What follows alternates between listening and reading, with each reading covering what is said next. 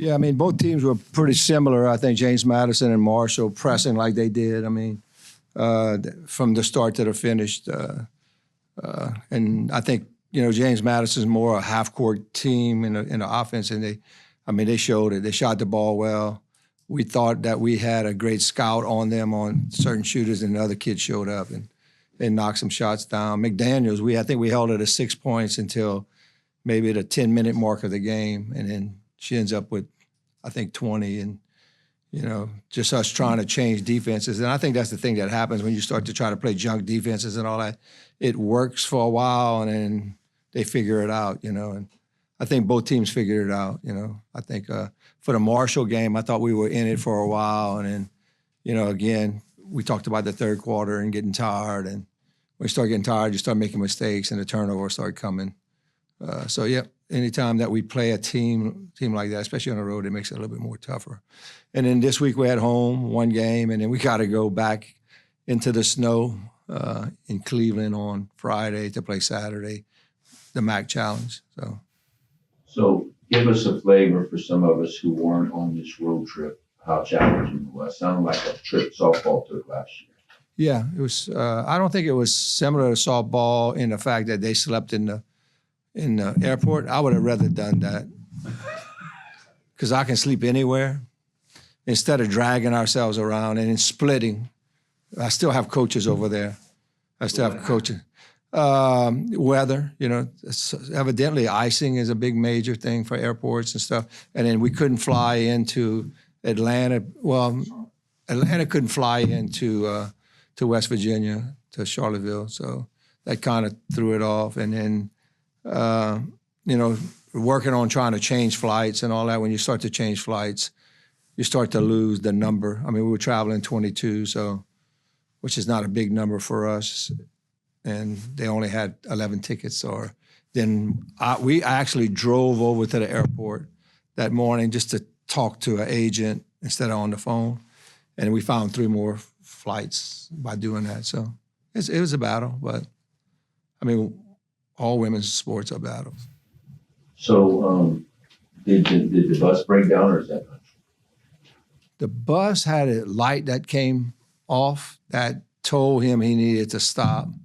And so he called the supervisor, and we're going up a hill. I mean, that's all mountains, and going down 75 miles an hour down a hill and 10 miles an hour up. And the light came on, so he contacted his supervisor and said, you need to stop. And so in the process of him finding a place to stop, the light went off. So he called the supervisor, and we kept going. So that was the luckiest thing of the trip. We were very lucky.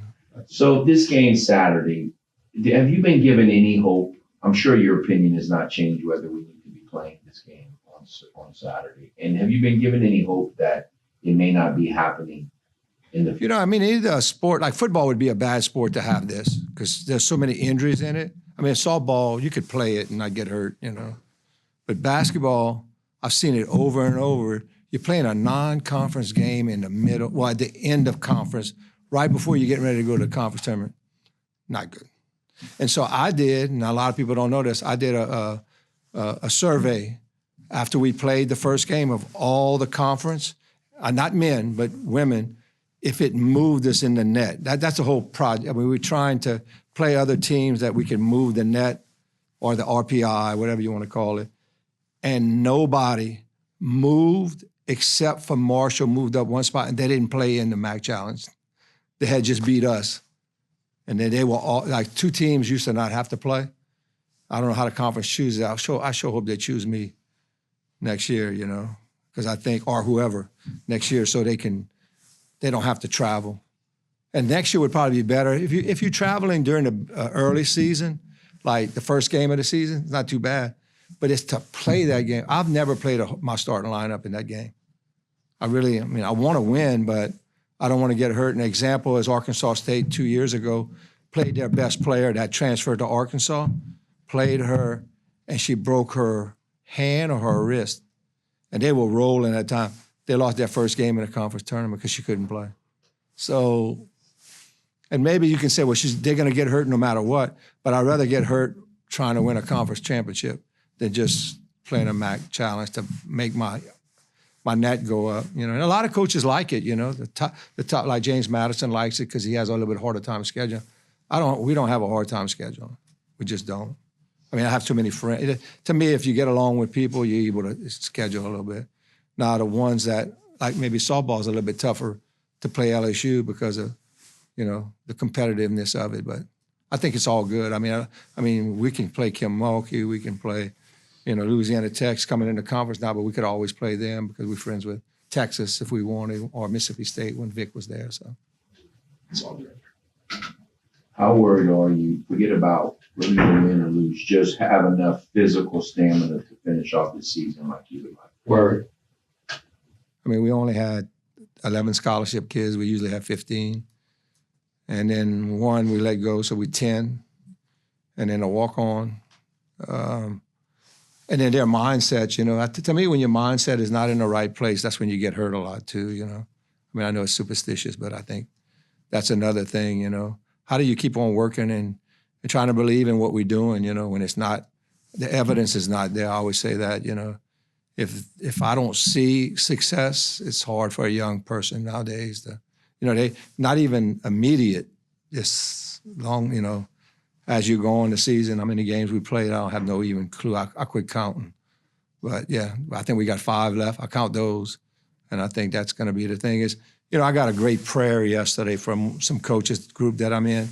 One guy played in the NFL, and he didn't say hang in there. He just said, hey, this is what, you know, the tough times are there. You got to fight through them, keep fighting through them, keep fighting. And I'm good with it. I mean, I'm older. I understand the process. But the kids, you know, I feel for them.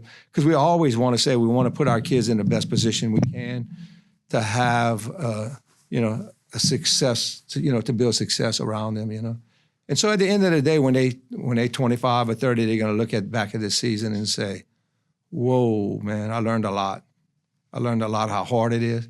I'm going to tell you, this is 40 years for me, 20 years in college, and I ain't never dealt with this before, ever, not even close. And so how do you know, you look at it, man, losing is not fun. And then you find out the referees are even worse when you're losing. They really do, like, man, I ain't got time for this, you know. We're getting paid to do this, you know. And so there's a lot going on, you know, in the situation, you know. But you keep going, you know. I'm excited. The big thing for me is I love UL.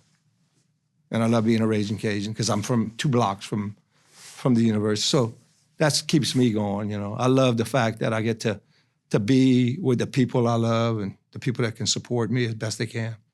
So I try to bring that to our kids, you know. And it gets missing in the money game, you know. We start to not have relationships like we used to have and, you know, all those things that bring what we call family. It's a little bit tougher. But this is cool. I'm excited about y'all being here.